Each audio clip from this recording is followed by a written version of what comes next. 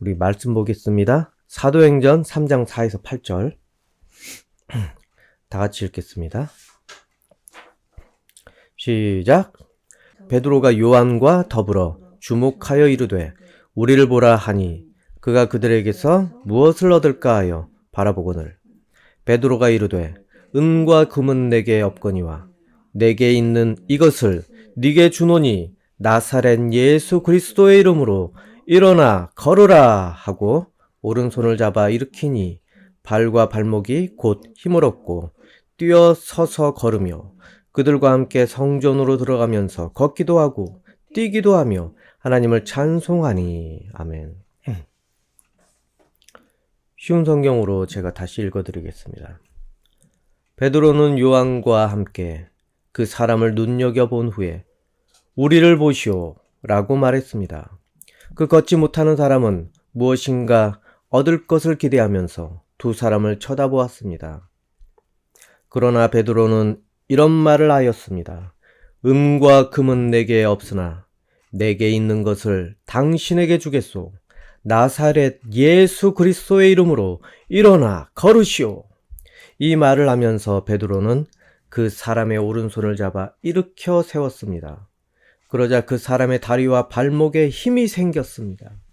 그 걷지 못하던 사람이 벌떡 일어나 걷기 시작하였습니다. 그는 두 사람과 함께 성전으로 들어가 걷기도 하고 껑충껑충 뛰기도 하면서 하나님을 찬양하였습니다. 아멘. 온라인 쇼핑몰에 지각 변동이 생겼다고 합니다. 이 중국의 직구 사이트가 국내 쇼핑몰보다 더 인기가 있다고 합니다. 비록 배송은 조금 느리지만 가격이 엄청나게 저렴해서 사람들이 자주 찾게 된다고 합니다. 그래서 저도 얼마 전에 그곳에서 구매한 것들이 몇 개 있습니다. 배송이 너무 느리긴 하지만 그래도 그 가격에 비해서 그나마 쓸만했습니다. 그래서 이후부터 저는 무엇인가 찾아보려면은 그곳에서 폭풍 검색을 해보게 되었습니다. 혹시나 싶어서 국내에 없는 것이 있나 아니면은 조금 더 싸지 않을까 그 기대감으로 시간 가는 줄 모르면서 계속 찾아 헤맸습니다. 그리고 결국에 지쳐버려서 쿠팡에서 돈 더 주고 사게 되는 경우가 많이 있습니다.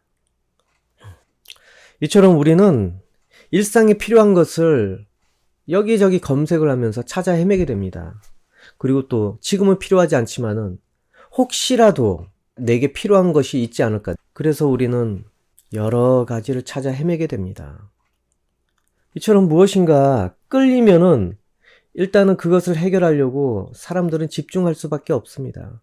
그것을 해결하지 못하면은 정말 답답해집니다. 그래서 또 찾고 또 찾고 또 찾고 자기의 마음이 충족될 때까지 찾을 것입니다.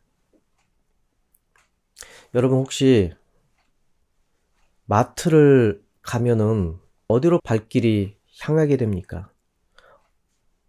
어떤 코너로 몸이 저절로 가게 됩니까?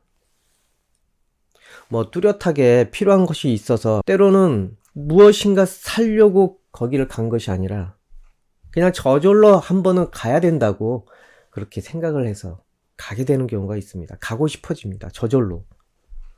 그래서 저도 이전에 마트를 가게 된다면은 특별하게 살 것은 없는데 이상하게 애플샵은 꼭 한번 가봐야 된다. 의무감이 들 정도로 그렇게 애플샵을 서성이면서 결국에 이 없던 필요성까지 느끼게 돼서 그만 지르는 경우가 있습니다. 저처럼 여러분들도 마트 갈 때 분명히 꼭 둘러보는 코너가 한두 개는 있을 것입니다. 거기까지 갔는데 여기를 안 보고 그냥 가? 그러면은 마음이 너무나 불편하고 안타까울 것입니다. 우리는 때로는 필요한 것보다 때로는 욕심과 욕망 때문에 자기가 바라는 것, 그것 때문에 무엇인가 필요성을 주장하는 경우가 많이 있습니다. 그 상태에 따라서 많은 것들을 판단하고 또 평가하고 자기의 인생에 그것을 요구하게 됩니다. 그리고 올바르지 않는 선택을 할 경우가 많이 있습니다. 자신에게 진정으로 필요한 것을 외면하고 욕구가 바라는 것, 즉 꽂힌 것을 바라는 상태가 될 때가 많이 있습니다. 자기의 욕구를 충족시키기 위해서 필요성을 억지로 만들게 됩니다. 오늘 말씀에도 한 거지가 나옵니다. 구걸을 하고 있습니다. 그런데 안타깝게도 다리를 쓰지 못하는 안진뱅이 그 신세로 거지 생활을 하고 있는 것입니다. 구걸을 하고 있는 것입니다. 그런 자신에게 베드로와 요한이 찾아왔습니다. 그리고 그를 쳐다봅니다. 그 상황에 이 거지는 무엇을 기대했겠습니까? 자기는 거지이고 안진뱅이이고 분명히 사람들은 나를 쳐다보는 이유가 불쌍해서 뭔가 자기 가지고 있는 것을 혹시라도 주려고 그렇게 쳐다보지 않을까? 그것을 기대하게 될 것입니다. 그런데 그 거지에게 자기가 바라는 것, 기대하는 것을 주지 않았습니다. 베드로가 이렇게 이야기합니다. 은과 금은 내게 없거니와 내게 있는 이것을 네게 주노니 나사렛 예수 그리스도의 이름으로 일어나 걸으라. 이 안진뱅이가 처음 들었을 때 얼마나 실망했겠습니까? 내가 바라는 것을 주라고. 근데 당신에게 있는 것은 내가 바라는 게 없어. 예수 그리스도 그 이름? 그게 뭔데? 이 안진뱅이, 그 사람에게 그 인생의 진정으로 필요하고 중요한 것은 그 사람 입장에서는 돈이었고 먹을 것이고 생명을 유지할 수 있고 생존할 수 있는 것이라고 그렇게 생각을 했을 것입니다. 그리고 그 필요를 채워주는 것, 그것은 나를 도와주는 사람이 해줘야 되는 것, 그것이고. 그런데 그 사람에게 진정으로 필요한 것은 바로 걸을 수 있는 것이었습니다. 그 사람, 그 당시에 그렇게 걷지 못하고 게다가 구걸까지 하는 존재는 부정한 존재로 대했던 그런 시대였습니다. 그래서 그 사람은 어디 가나 환영을 받지 못하는 인생이었습니다. 그 사람이 진짜 필요한 것, 그 사람에게 진짜 필요한 것은 이러한 부정한 인생에서 벗어나서 해방되는 그런 존재가 되는 것입니다. 그런 존재의 인생으로 사는 것입니다. 근데 그게 그 당시에 금과 은으로 됩니까? 아무리 돈이 많아도 그 당시에 누가 안진뱅이를 일으킬 수 있는 그런 기술이 있겠습니까? 그러나 베드로와 요한이 예수님의 이름으로 그 사람에게 정말 중요하고 필요한 것을 주었습니다. 그것은 바로 하나님의 은혜입니다. 그 사람이 그것을 구하지는 않았지만 하나님의 사람들이 그 사람에게 무엇이 필요한지 알기 때문에 그 사람을 변화시켜 주신 것입니다. 바로 하나님의 능력 예수 그리스도의 이름으로 그 사람에게 진정으로 필요한 그것을 허락하게 된 것입니다.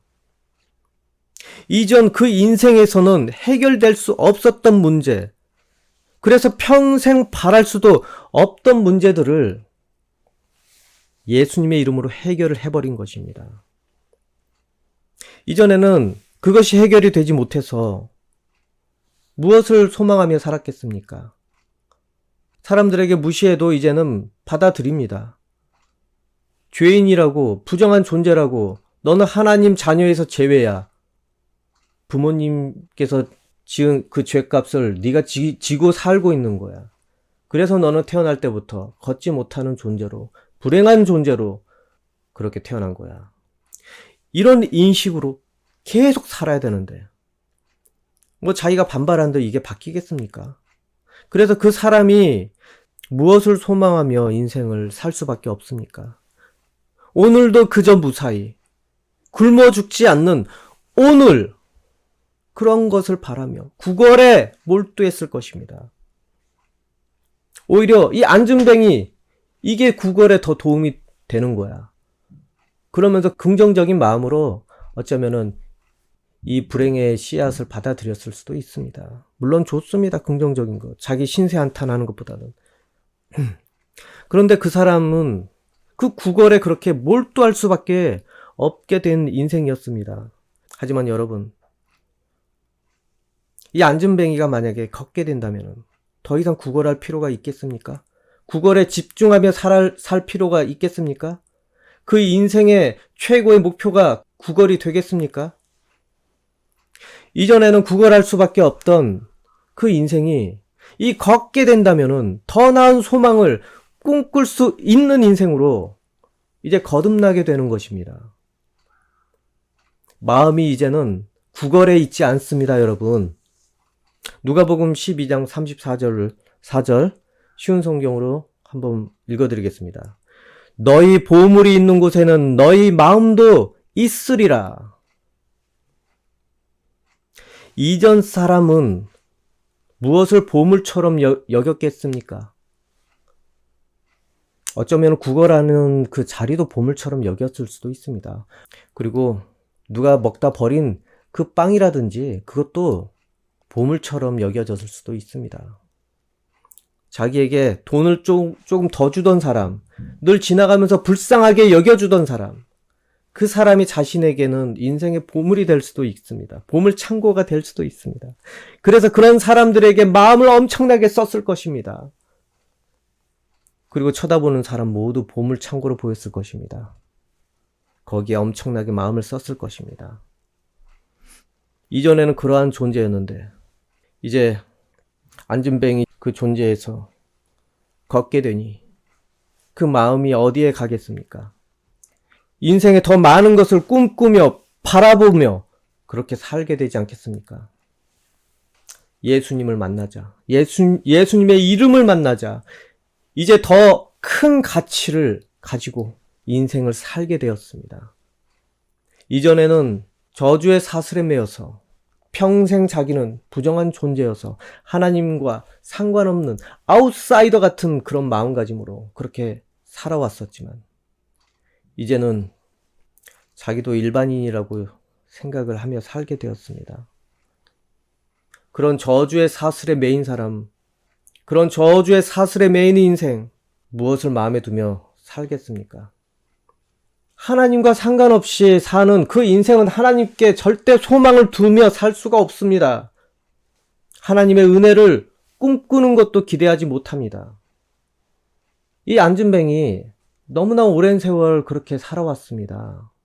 그래서 자기 자신은 이제 백성들과 별개로 사는 존재로 여겼습니다.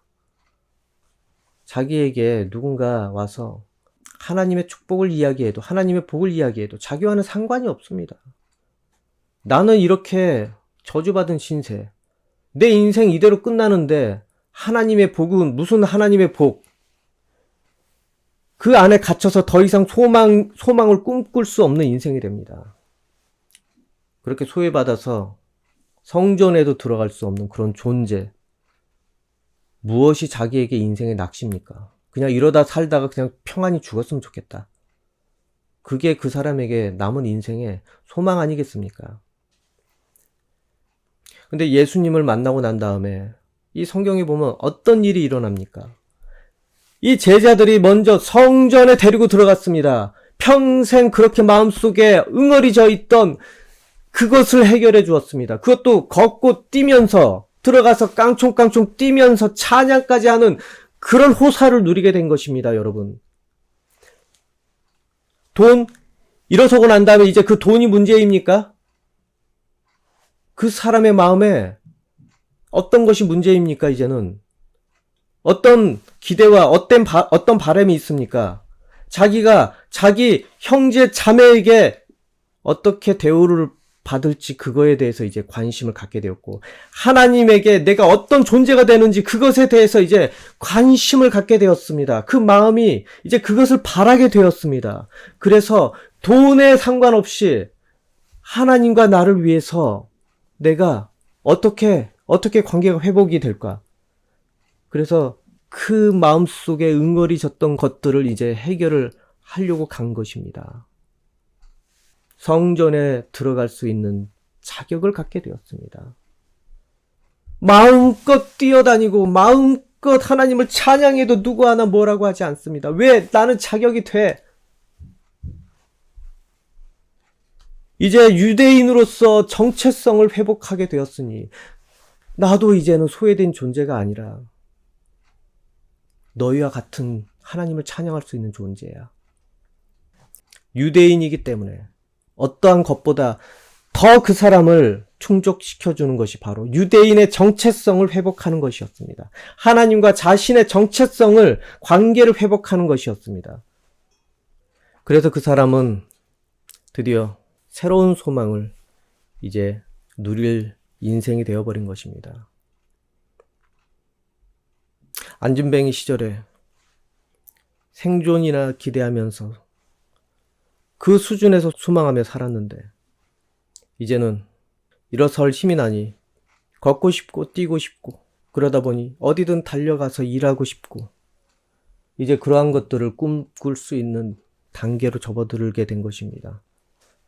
얼마나 기쁘겠습니까? 나도 구원받는 그 대상으로 그렇게 인정받으니 얼마나 기쁘겠습니까? 동족들에게 무시당하지 않는 존재가 되니 얼마나 기쁘겠습니까? 이제 다양한 것을 선택할 수 있는 인생이 되니 얼마나 희망에 부풀어 오르겠습니까? 이전에는 제한된 것만 소망하고 꿈꿀 수 있었고 그것도 안 됐습니다. 그런데 지금은 여러 가지를 꿈꿀 수 있게 되었고 자격도 되고 그리고 환영받는 존재로 살게 된 것입니다. 여러분 인생이 혹시 주저앉아서 자신의 영혼을 욕망이나 구걸시키고 있는지 판단해 보십시오. 지금 자신이 무엇을 소망하고 바라며 꿈꾸고 있는지 확인해 보십시오. 마트에 가면 다양한 물건이 진열되어 있습니다.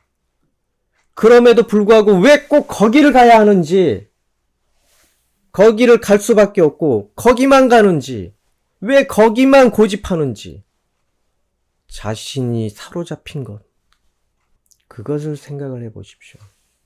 왜 그거에 고집하며 왜 그것을 사기 위해서 그렇게 안달복달하는지 한번 자기 자신을 되돌아보십시오.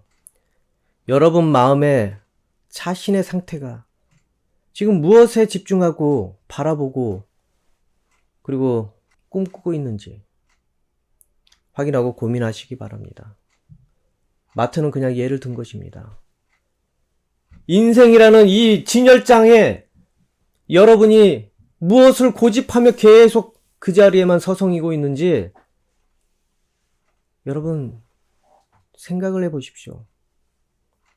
그거는 지금 안진뱅이 신세를 고집하고 있는 것입니다. 그 신세에서 여러 가지 선택을 하고 있는 것입니다. 뻔하지 않습니까? 거기서 소망하는 것, 거기서 벗어나지 못합니다. 우리는 자기 인생이라는 그 틀에 갇혀서, 아니 지금 자기의 기질이라는 그 틀에 갇혀서 뻔한 것만 소망을 하고 살고 있습니다. 그 안진뱅이 같은 영적인 상태에서 여러분을 사로잡는 것에서 못 벗어난다는 것입니다.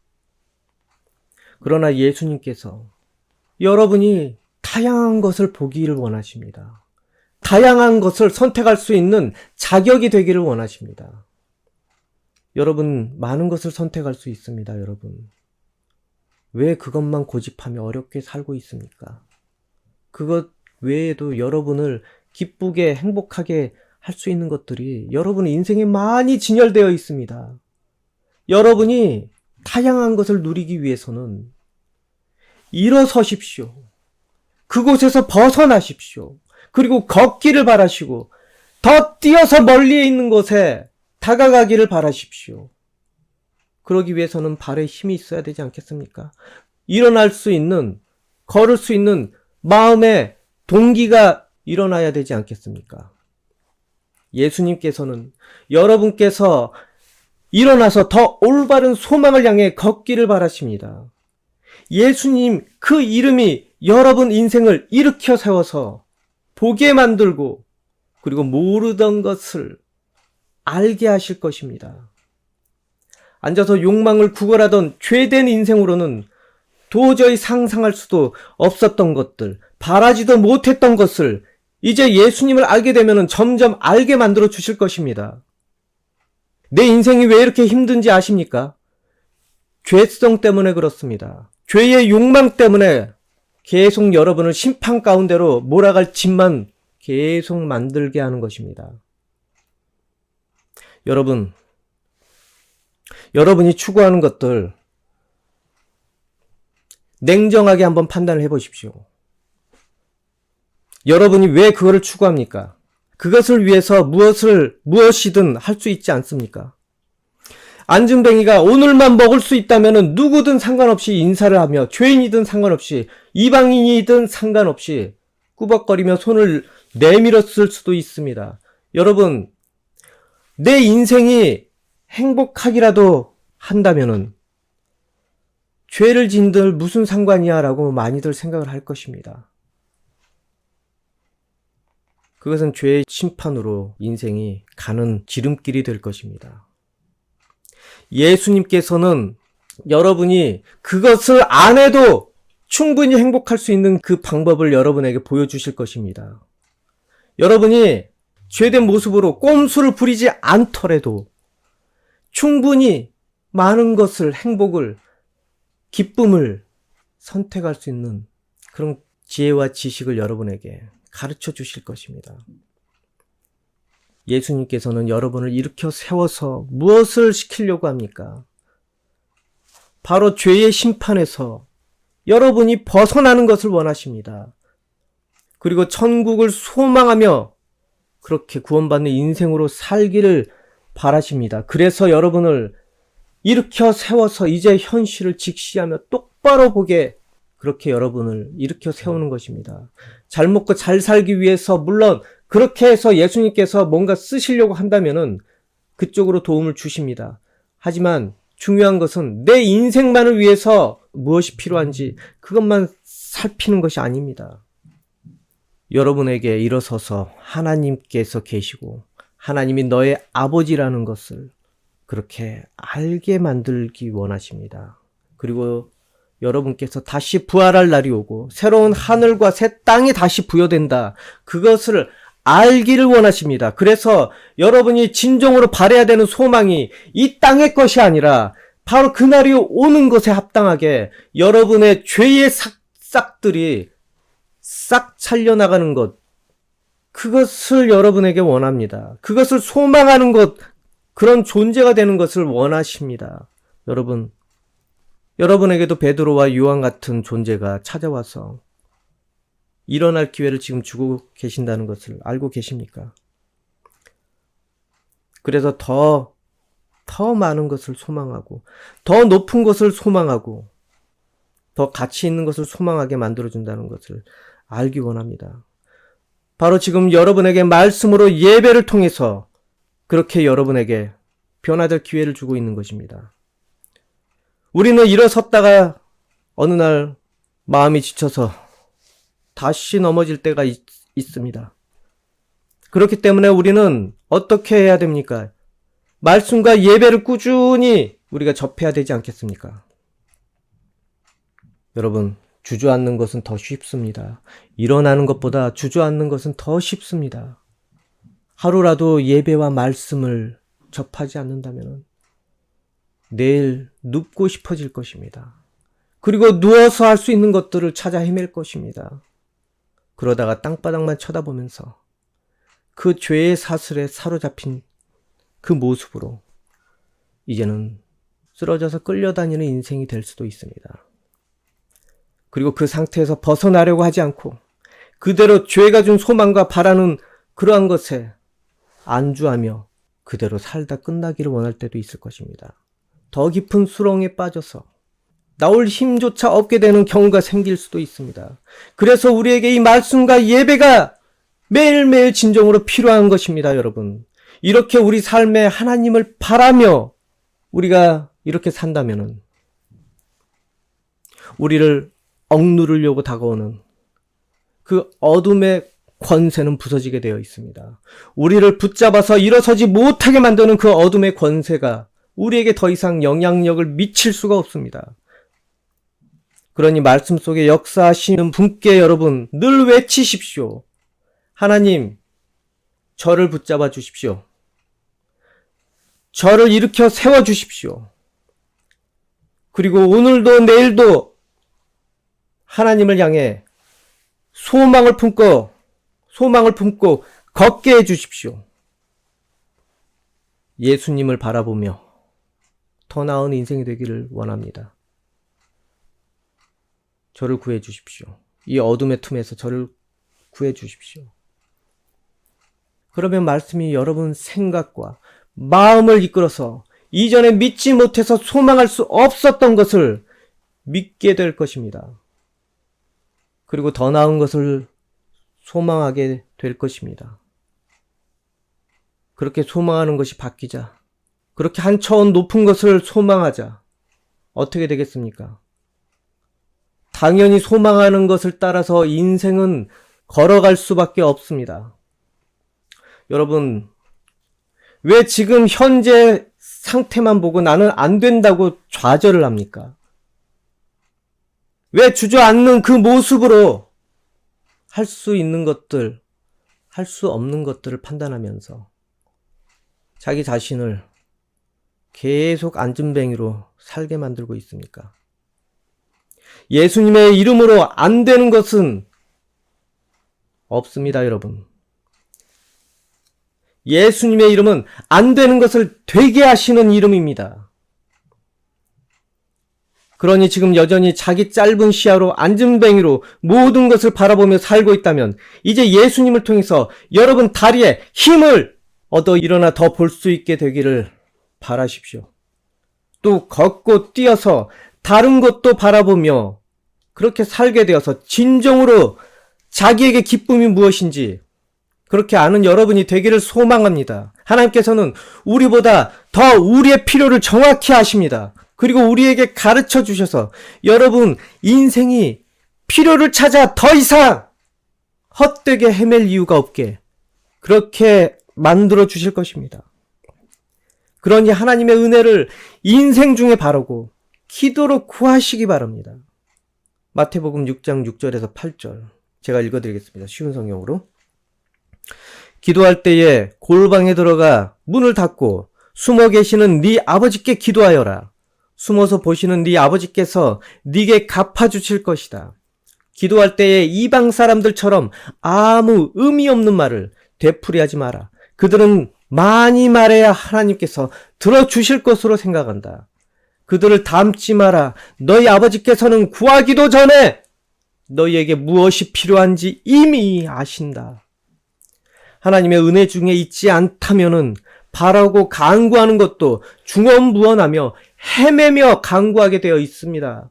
자기가 진정으로 무엇을 원하는지조차 모르기 때문에 자기의 욕망의 틀 안에서 그 안에 있는 것들만 계속 구하고 바라고 또 구하고 바라고 안 될 것 같으니 또 구하고 바라보고 그렇게 기도조차 간구조차 헤매게 되어 있습니다. 은혜가 없기 때문에 불안하기 때문에. 그러나 여러분이 하나님을 바라며 은혜 중에 인생을 산다면 하나님께서 그 필요를 채우시고 똑바로 무엇이 진정으로 필요한지 가르쳐 주시게 되어 있습니다. 그래서 똑바로 찾게 만들어줍니다. 마트에 갈 때 무엇이 필요한지 리스트가 있다면 여러분 헤매지 않습니다. 여러 가지 욕구에 사로잡혀서 쓸데없이 낭비하지 않습니다. 여러분 인생에도 하나님께서 무엇이 필요한지 여러분 머릿속에 리스트를 각인시켜 주실 것입니다. 바로 인생의 감사와 그리고 은혜의 그 코너로 바로 직진해서 달려가도록 여러분에게 선택할 수 있는 기회를 주실 것입니다. 그래서 하나님의 나라가 더 풍성하게 여러분 인생에 펼쳐지는 저와 여러분이 되기를 소망합니다. 기도하겠습니다.